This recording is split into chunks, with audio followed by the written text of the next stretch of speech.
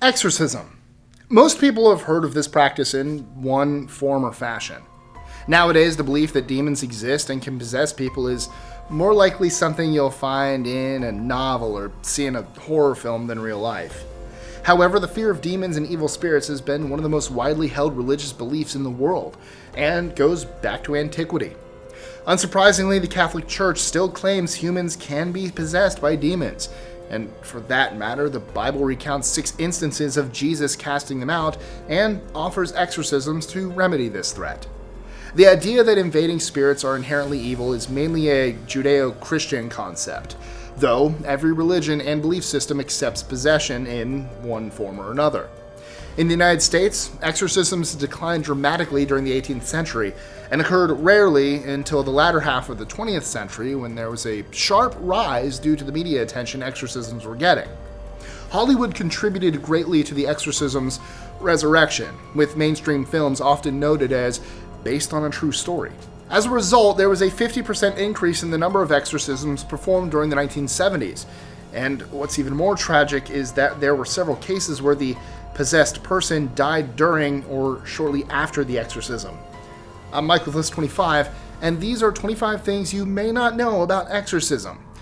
As a warning, these may creep you out, so make sure you turn on the lights before you watch this.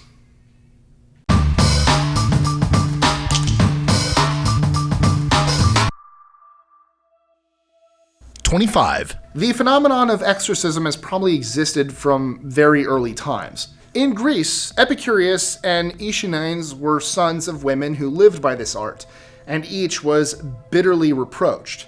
One by the Stoics, the other by Demosthenes for having assisted his mother in her dishonorable practices. 24.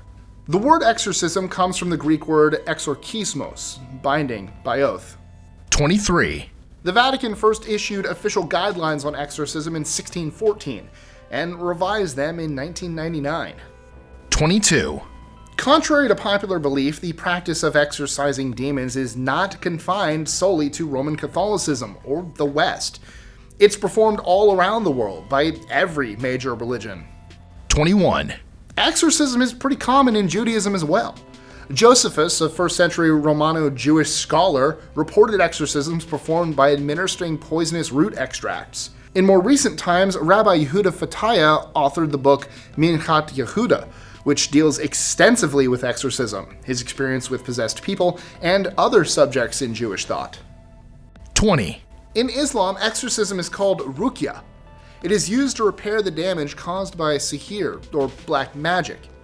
Exorcisms today are part of a wider body of contemporary Islamic alternative medicine called Atib al-Nabawi, medicine of the Prophet.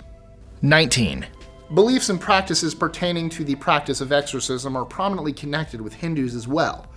Of the 4 Vedas, the holy books of the Hindus, the Atharva Veda is believed to contain the secrets related to exorcism, magic, and alchemy. 18. According to the Catholic Church, after the exorcism has been finished, the person possessed feels a kind of release of guilt and feels reborn and freed of sin. Unfortunately for the patient, not all exorcisms are successful the first time, and it could take days, weeks, or even months of constant prayer and exorcisms. 17. Solemn exorcisms, according to the canon law of the Church, can be exorcised only by an ordained priest, or higher prelate, with the express permission of local bishop, and only after a careful medical examination to exclude the possibility of mental illness. 16. In addition to these Vatican-sanctioned exorcists, there are hundreds of self-styled exorcists around the world. 15. In 2005, a young nun in Romania died at the hands of a priest during an exorcism after being bound to a cross, gagged, and left for days without food or water in an effort to expel demons. 14. Demonic possession is not a valid psychiatric or medical diagnosis, and is not recognized by either the Diagnostic and Statistical Manual of Mental Disorders or the International Statistical Classification of Diseases and Related Health Problems. 13.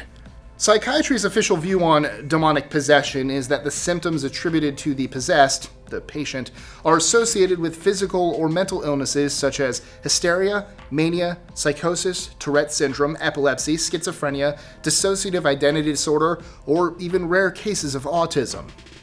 12. Speaking of autism, in 2003, an autistic 8-year-old boy in Milwaukee, Wisconsin was killed during an exorcism by church members who blamed an invading demon for his disability. 11. According to the U.S. Conference of Catholic Bishops, signs of demonic possession include superhuman strength, aversion to holy water, and the ability to speak in unknown languages. Other potential signs of demonic possession include spitting, cursing, and excessive masturbation. 10.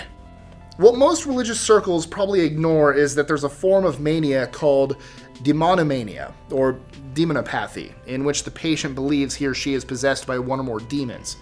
The illusion that exorcism works on people experiencing symptoms of possession is attributed by some to the placebo effect and the power of suggestion. Some cases suggest that supposedly possessed persons are actually narcissists or are suffering from low self-esteem and act demonically possessed to gain attention. 9. In 1975, 31-year-old Michael Taylor was exorcised at St. Thomas Church in Barnsley, England, but went home possessed with the devil and brutally murdered his wife. He was found guilty, but insane. 8. In case you didn't know, some priests perform gay exorcisms as well, which are pretty similar to demonic ones. In the gay version, the exorcist evicts homosexual demons or other spiritual entities from an LGBT individual. 7.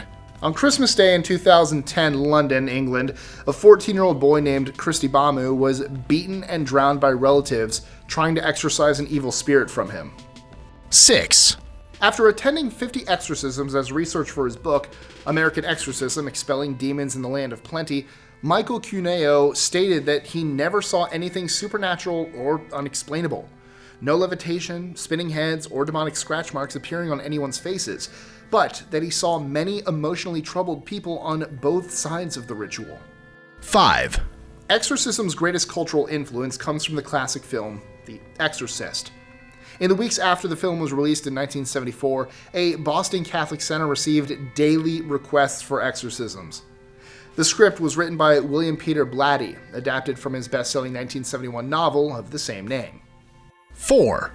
Christian evangelist Billy Graham claimed an actual demon was living in the celluloid reels of this movie. 3.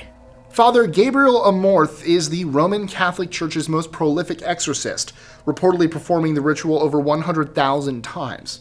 What's more interesting about him, however, is that he considers the Harry Potter books and films to be satanic propaganda. 2.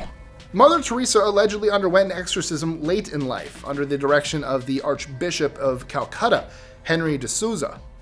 After he noticed she seemed to be extremely agitated in her sleep and feared she might be under the attack of the evil one. 1. Anneliese Michel was a Catholic woman from Germany who was said to be possessed by 6 or more demons and subsequently underwent a secret 10-month-long voluntary exorcism in 1975. She died the next year due to lack of medical care. 2 motion pictures, The Exorcism of Emily Rose and Requiem, are loosely based on Anneliese's story, which is arguably the most popular exorcism case of the 20th century. So, have you or anyone you know dealt with exorcisms? Let us know in the comments below, or tweet your answer to us at List25. Enjoying our lists? Be sure to click that subscribe button on the bottom right and the notification bell so you don't miss out on new ones every Monday through Friday. Share them with friends and help us consistently conciliate curiosity. And if you want even more lists, check out these videos here or just head to our website at list25.com.